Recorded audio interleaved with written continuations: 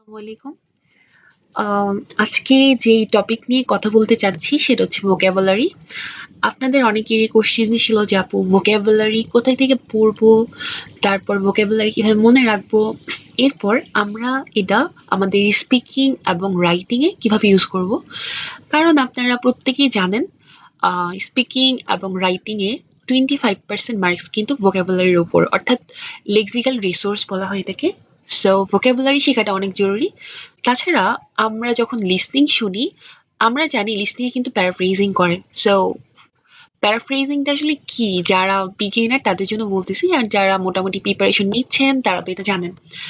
Paraphrasing হচ্ছে আপনার কোন একটা সেন্টেন্সের জাস্ট কিছু ওয়ার্ড চেঞ্জ থাকবে, বাট ওইটা যেন অ্যাপ্রোপ্রিয়েট ওয়ার্ড হয়। লাইক ধরেন আপনার বলতে পারে ইম্পর্টেন্টের পরিবর্তে ওরা সিগনিফিকেন্ট বলতে পারে লিসনিং এর ক্ষেত্রে, হ্যাঁ।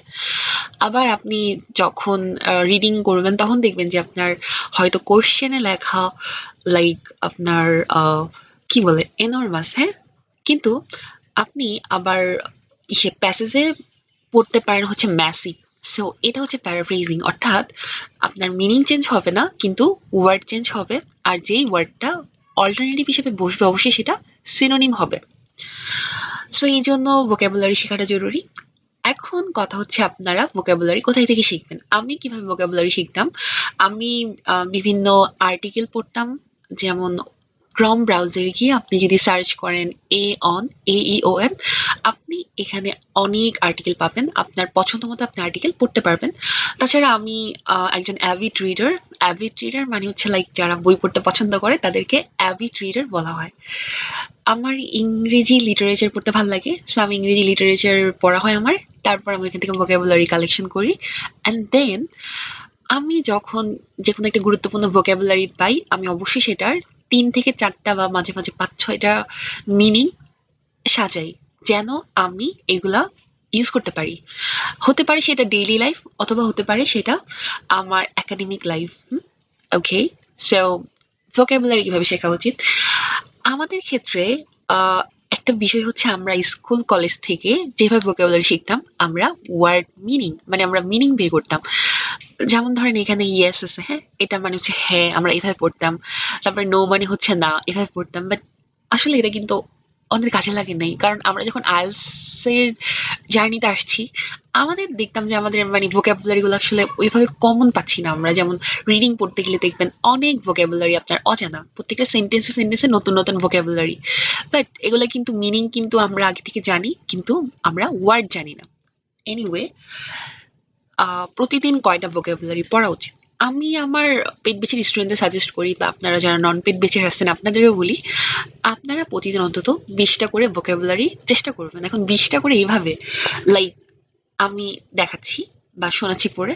ইয়েস, আমরা ইয়েস এর বিকল্প হিসেবে আরো কিছু ওয়ার্ড এখানে নিয়েছি, সেটা হচ্ছে ডেফিনেটলি, অ্যাবসলিউটলি, আনডাউটলি, আনকোশ্চেনেবলি।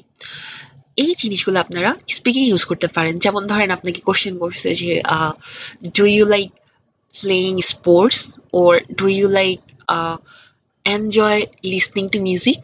এখন আপনার অ্যান্সার যদি ইয়েস হয় তো আপনি কিন্তু ইয়েস বলেন, বাট ইয়েসের চেয়ে আপনি কিন্তু বলতে পারেন যে ডেফিনেটলি বা অ্যাবসলিউটলি অথবা আনডাউটলি অথবা আনকোশ্চেনেবলি। অ্যান্ড দেন যখন আপনার অ্যান্সার নো হবে তখন কিন্তু নো বললে একটু ইমপোলাইট শোনায়, বা মানে খুবই কমন শোনায়, অর্ডিনারি। আপনি যদি নোর পরিবর্তে বলেন যে নট রিয়েলি বা নেভার বা বাই নো মিনস অথবা অ্যাবসলিউটলি নট, তখন কিন্তু আপনার স্পিকিংটা আরো ন্যাচারাল হয় আর কিছুটা নেটিভদের মতো শোনায়। ওকে, দেন এরপর কোনো কিছু ধরেন বড়, হ্যাঁ, লাইক বিগ বলে আমরা অলওয়েজ, এটা ছোটবেলা থেকেই। বাট আপনারা কিন্তু বিগ এর পরিবর্তে আপনারা লার্জ ইউজ করতে পারেন, হিউজ ইউজ করতে পারেন, এনরমাস ইউজ করতে পারেন, ম্যাসিভ ইউজ করতে পারেন, যেটা একটু আগে বলছি। তারপরে সাবস্ট্যান্সিয়াল, হ্যাঁ, কলোসাল, তারপরে ইমেন্স, জাইগান্টিক, এগুলো ইউজ করতে পারেন। অ্যান্ড দেন আমরা আমাদের 4 নাম্বার আছে হচ্ছে স্মল। হুম, এটা আমাদের জন্য খুবই একটা কমন একটা ওয়ার্ড, আমরা এটা মানি জানি। কিন্তু আমরা আরো যে ওয়ার্ডগুলো আমাদের জানা দরকার সেটা হচ্ছে আমরা লিটল ইউজ করতে পারি, টাইনি ইউজ করতে পারি, মাইনর ইউজ করতে পারি, দেন কম্প্যাক্ট, হ্যাঁ, তারপরে আপনার মিনিচার, নেগলিয়েবল, তারপরে আপনার ইনসিগনিফিকেন্ট, মার্জিনাল। সো এগুলো কিন্তু ইউজ করা যেতে পারে। তখন কি হয়, আমাদের স্পিকিং এবং রাইটিং এ ব্যান্ড বুস্ট হবে। আর তাছাড়াও যখন আমরা লিসনিং শুনবো তখনও কিন্তু যারা স্পিকার থাকে, হ্যাঁ, তারা কিন্তু লাইক আমরা প্রশ্নে দেখতেছি একটা, তারা বলতেছে আরেকটা, বাট প্যারাফ্রেজিং করে। So yeah, it's paraphrasing. তারপর আমরা কোনো কিছু হলেই বলি যে গুড, হ্যাঁ। তো গুডের পরিবর্তে মানে আমরা চাইলে একটু অ্যাডভান্স ওয়ার্ড ইউজ করতে পারি, যেমন great, excellent, outstanding, exceptional, remarkable, super. Then কোনো কিছু যদি খারাপ হয়, ব্যাড, আমরা ব্যাডের পরিবর্তে ইউজ করতে পারি হচ্ছে awful, terrible, unpleasant, detrimental। এরপর আমাদের যখন মন খারাপ হয় আমরা লাইক অলওয়েজ বলি যে আমি স্যাড, হ্যাঁ। আমরা স্যাডের পরিবর্তে ইউজ করতে পারি unhappy, upset, miserable, depress, sorrowful and gloomy. তারপর হ্যাপি, হ্যাপির পরিবর্তে ইউজ করা যেতে পারে glad, pleased, delighted, joyful, overjoyed, elated. মানে এগুলা মানে হইতেছে যে আমরা মানে খুব খুশি, হ্যাঁ, এরকম। সো আমরা এই এক্সপ্রেশন গুলা ইউজ করতে পারি। পার্সোনালি আমার ইয়া ডিলাইটেড ইউজ করতে অনেক ভালো লাগে, প্লাস হচ্ছে ইলাইটেড ওয়ার্ডটা অনেক সুন্দর, প্লাস এটা অনেক ভালো ব্যান্ড ক্যারি করে।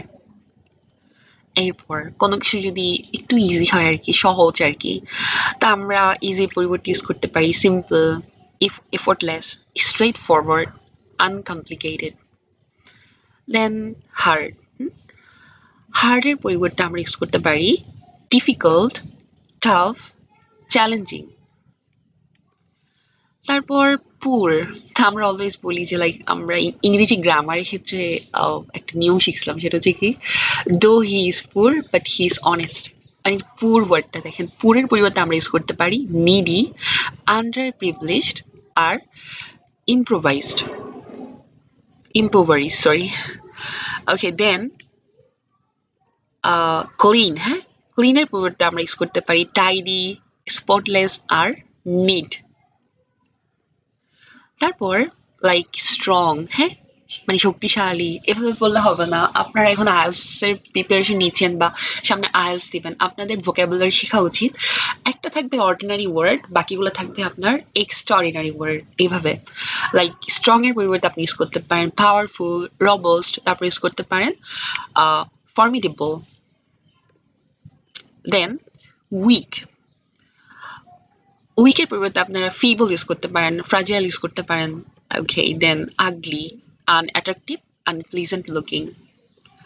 তারপর কোনো কিছু যদি সস্তা হয় লাইক আপনার দামে, হ্যাঁ, তো আপনারা বলতে পারেন যে মানে এটা সাশ্রয়ী আর কি, লাইক অ্যাফোর্ডেবল, যেটা অ্যাফোর্ড করা যায়, ইনএক্সপেন্সিভ, ইকোনমিক্যাল, বাজেট ফ্রেন্ডলি, তারপর cost effective. And then expensive, যেটা অনেক বেশি দামি, তাই না? এক্সপেন্সিভের পরিবর্তে আপনি ইউজ করতে পারেন কস্টলি, প্রাইসি, তারপরে ওভার প্রাইসড আর হাই প্রাইসড। দেন ইন্টারেস্টিং, অনেক ক্ষেত্রে আমরা ইন্টারেস্টিং ইউজ করতে পারি, লাইক কোনো একটা ঘটনা আমাদের কাছে ইন্টারেস্টিং লাগছে, কোনো একটা মুভি আমাদের কাছে ইন্টারেস্টিং লাগতে পারে, কোনো একটা পার্সোনাল ক্যারেক্টার আমাদের কাছে লাগতে পারে যে ইন্টারেস্টিং। আমরা এটার পরিবর্তে আমরা ইউজ করতে পারি এক্সাইটিং, এনগেজিং, ফ্যাসিনেটিং, ক্যাপটিভেটিং, তারপরে ইন্ট্রিগিং আর থট প্রভোকিং। এরপর ১৯ নাম্বারে যে ভোকাবুলারিটা, সেটা হচ্ছে টায়ার্ড। আমরা অনেক সময় ক্লান্ত থাকি, আমরা বলি যে আমি আজকে টায়ার্ড। আপনারা কিন্তু টায়ার্ডের পরিবর্তে ইউজ করতে পারেন এক্সস্টেড, ওয়ার্ন আউট আর ড্রেইনড।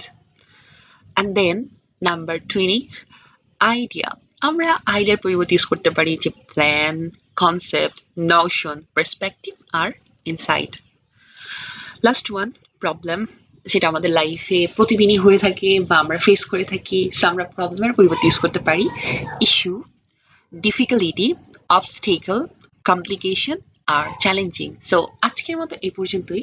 আমি বিশ্বাস করি আপনারা যদি প্রতিদিন এভাবে 20টা করে ভোকাবুলারি পড়েন, তাহলে আপনাদের প্রতিদিন হচ্ছে 20টা করে হলে এক মাসে হয়ে যায় অলমোস্ট 600।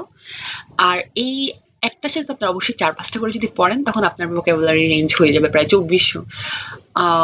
নেটিভ স্পিকাররা বলে থাকেন যে কারো যদি ইংরেজির প্রায় 3000 থেকে 3500 ভোকাবুলারি মানে তার জানা থাকে, ডেফিনেটলি সে নেটিভ স্পিকারদের মতোই কথা বলতে পারবে, লিখতে পারবে, অ্যান্ড ইয়েস, সে হচ্ছে লাইক ডে বাই ডে তার প্রোগ্রেসিং করতে পারবে। সো আজকের মতো এই পর্যন্তই। সবাই ভালো থাকবেন, সুস্থ থাকবেন। আল্লাহ হাফেজ। দেখা হবে পরবর্তী কোনো ভিডিও নিয়ে।